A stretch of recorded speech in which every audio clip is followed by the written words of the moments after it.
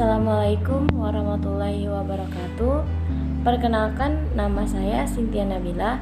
Saya dari Fakultas Ilmu Pendidikan Prodi Pendidikan Ekonomi Malam kelas B dengan nomor induk mahasiswa 18721500017 dengan syarat penilaian ujian tengah semester 1 dengan mata kuliah Pendidikan dan Kewarganegaraan dengan dosen pengampu Roza Yenita SPD MPD. Di sini saya akan menjelaskan tentang landasan hukum dan landasan histori pendidikan kewarganegaraan.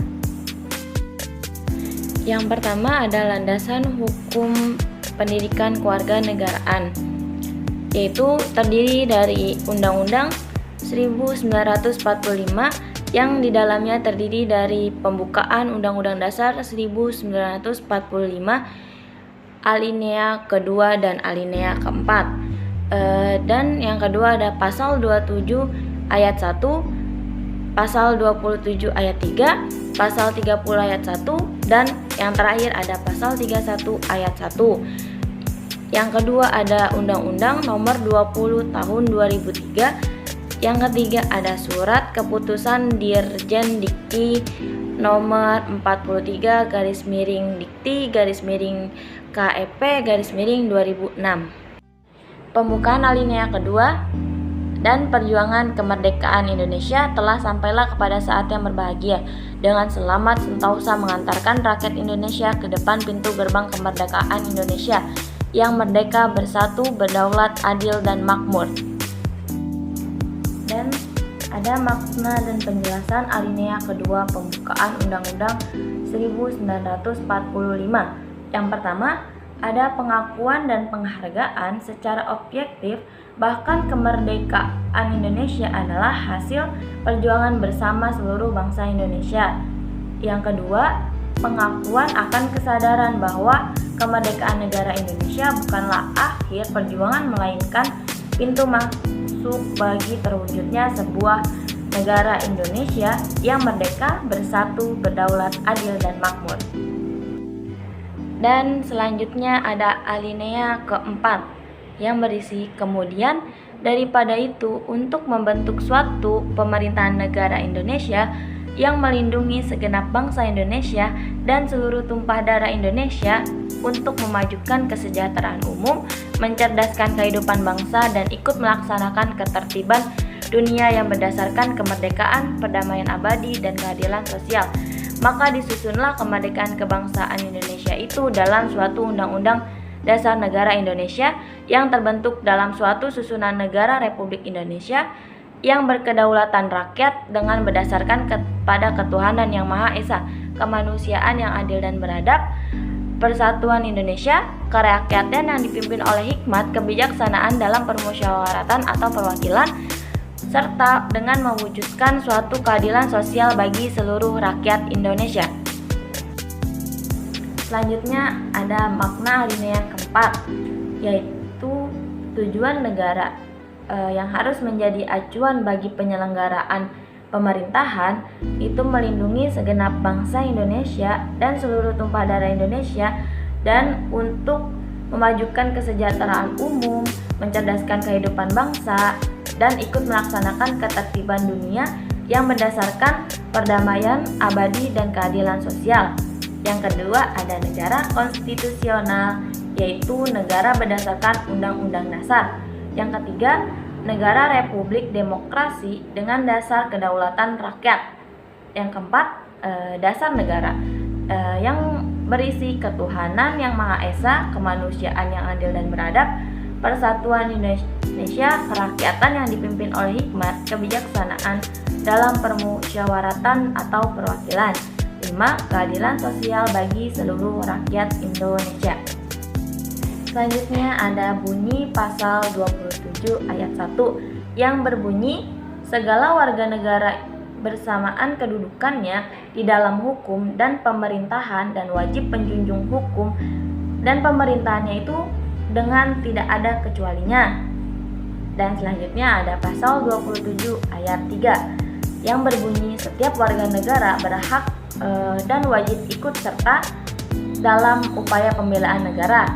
Yang ketiga ada pasal 30 ayat 1 yang berbunyi tiap-tiap warga negara berhak dan wajib ikut serta dalam usaha pertahanan dan keamanan negara. Yang keempat ada pasal 31 ayat 1 yang berbunyi tiap-tiap warga negara berhak mendapat pengajaran.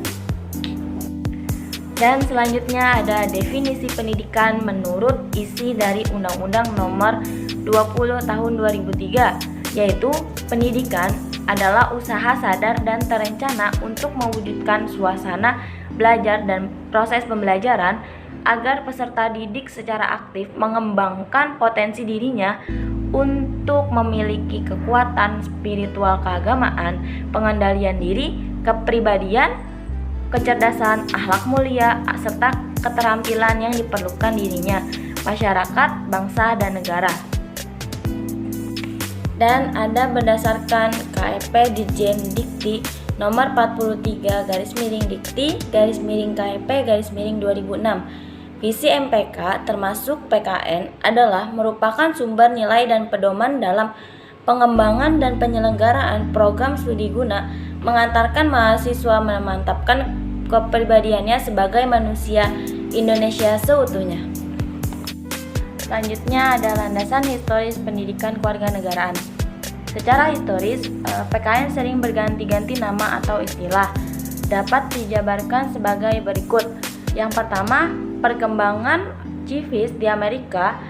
Pelajaran civis pertama kali dikenalkan pada tahun 1790 dalam rangka mengamerikakan atau bangsa Amerika, atau yang biasa disebut juga dengan Theory of Americanization, dengan Amerika yang terdiri dari imigran yang memiliki latar belakang kultur bermacam-macam.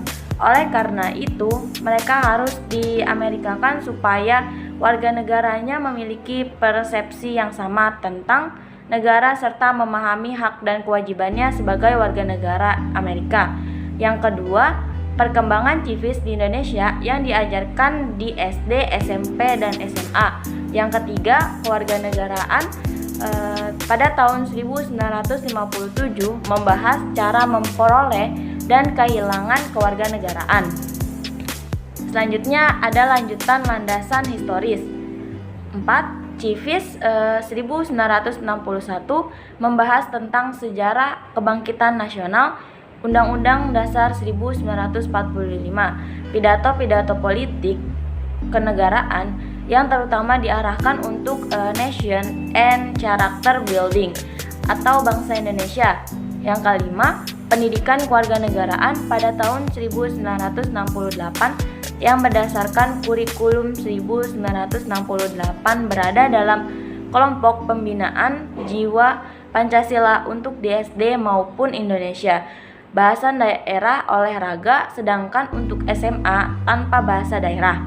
Yang keenam, ada pendidikan moral Pancasila atau PMP kurikulum 1975 yang bertujuan untuk membentuk kewarganegaraan Pancasila yang beriman dan bertakwa kepada Tuhan Yang Maha Esa. Kemudian disempurnakan dengan kurikulum 1984. Dan yang terakhir ada pendidikan Pancasila dan kewarganegaraan atau PPKN kurikulum 1994. Kemudian disempurnakan dengan suplemen pada tahun 1999. Sekian penjelasan dari saya tentang landasan hukum dan landasan historis pendidikan kewarganegaraan Indonesia. Kurang lebihnya mohon dimaafkan. Wabillahi taufik wal hidayah. Wassalamualaikum warahmatullahi wabarakatuh. Thank you for watching.